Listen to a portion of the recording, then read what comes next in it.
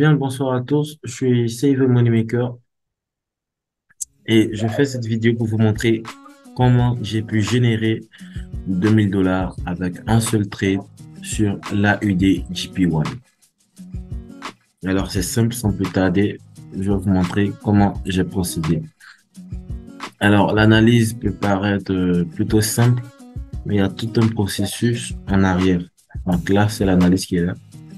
Donc, on a ici le canal qui est là. Le setup, bon, disons le signal d'entrée qui a été envoyé ici. Donc, on a risqué 27 pips pour chercher 66 pips. Alors là, c'était une entrée directe. C'est le 95, 700, etc. Donc là, on a le trade qui est parti en profit. Donc, on a notre entrée qui s'est faite ici. Donc, généralement, là, on a raté l'entrée, contrairement au setup. L'entrée qui s'est faite ici. Le premier TP là, le deuxième TP là. Le premier TP est ici. Second TP en vue également. Donc, TP2 en vue. Donc là, on a le TP2 qui a été touché ici. Et là, le TP3 qui a été touché. Donc, finalement, on a généré 2310 $ de profit. Alors, comment est-ce que j'ai procédé? C'est simple. Commencer moi mes analyses sur le marché du Forex. Généralement, je pars en H4, sinon daily pour avoir une bonne vidéo graphique. Alors, c'est bien clair ici que là, on a une structure baissière. Pour ceux qui ne maîtrisent pas la structure du marché, je vais faire une autre vidéo de ce sur comment faire la structure du marché prochainement. Donc déjà, on a nos low majeur qui est là, nos high majeur qui est là. Donc cassure du low majeur ici. Donc, excusez, je cherche le 17. Voilà. Donc, nous avons quoi? La cassure de notre low majeur qui était ici. Donc là, actuellement, nous avons low ici, high ici.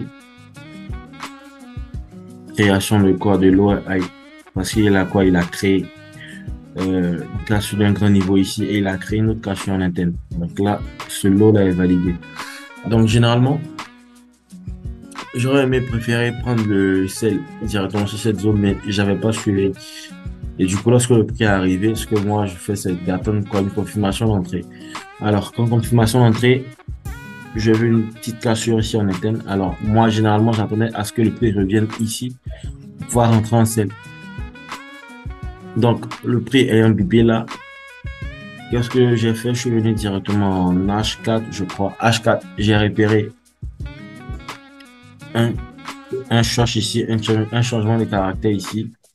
Donc, confirmation de quoi? De retournement du prix à la baisse parce que on avait quoi? On avait le prix qui effectuait quoi? Une chute de mouvement haussier. Donc, dans une tendance haussière, généralement, on sait que quoi? Les hauts de plus en plus haut, les bas de plus en plus haut également.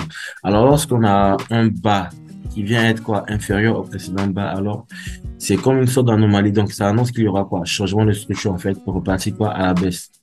Donc, c'est le même cas ici. On avait quoi? Le marché qui effectue quoi? Des plus hauts. Donc, cassure ici à la hausse. Donc, on avait un bas qui était là. Et le bas là, s'est fait quoi? Il s'est fait casser. Donc, généralement, on va chercher quoi? Un potentiel niveau de vente sur ce taux de bloc qui est là. Donc là, déjà, on a le prix qui est venu réagir là, sur cette zone.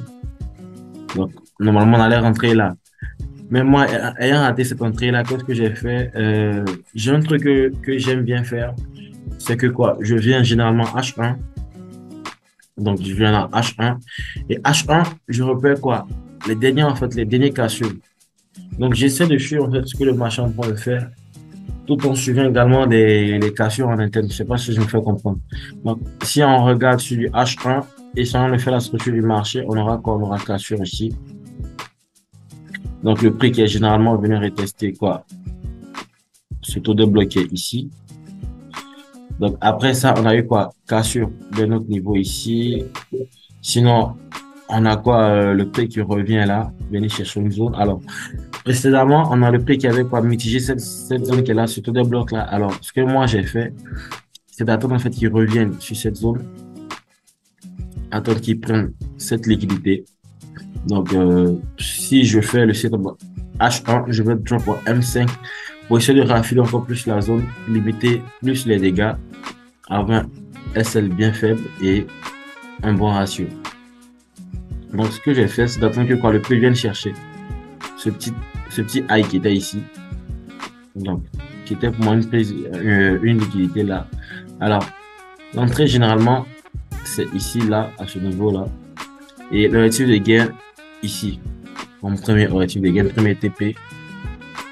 Donc là, le prix est bienvenu ici. Si on va sur du M1, pour chercher une très belle confirmation d'entrée,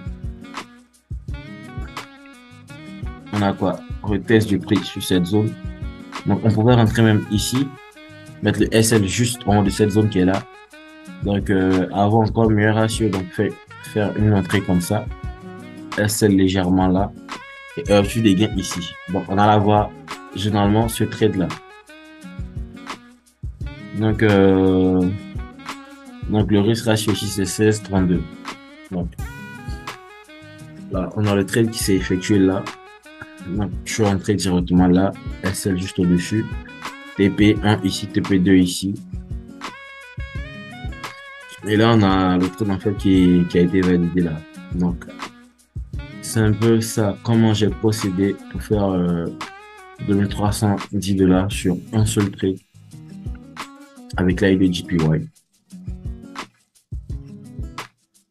C'est un peu ça mon processus. Et je crois bien que très bientôt, je vais faire une vidéo sur le plan de trading, à savoir mon plan personnel de trading, qu'est-ce que je regarde, qu'est-ce que j'observe premièrement quand je vais sur le marché, qu'est-ce que j'ai fait, mes aptitudes quotidiennes en fait. Donc, je vais faire une vidéo dessus où on va sur en fait à la lettre le plan de trading et essayer de prendre quelques trades et voir comment ça allait se dérouler.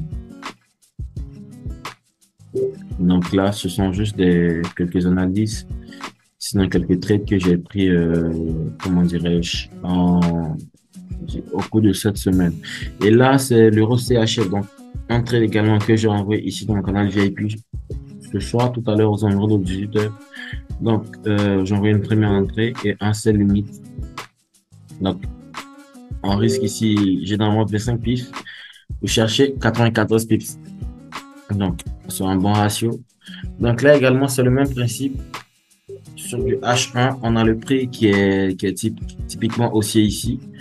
Donc, on doit s'attendre à généralement quoi, une réaction à la hausse. C'est les achats généralement qu'on doit privilégier.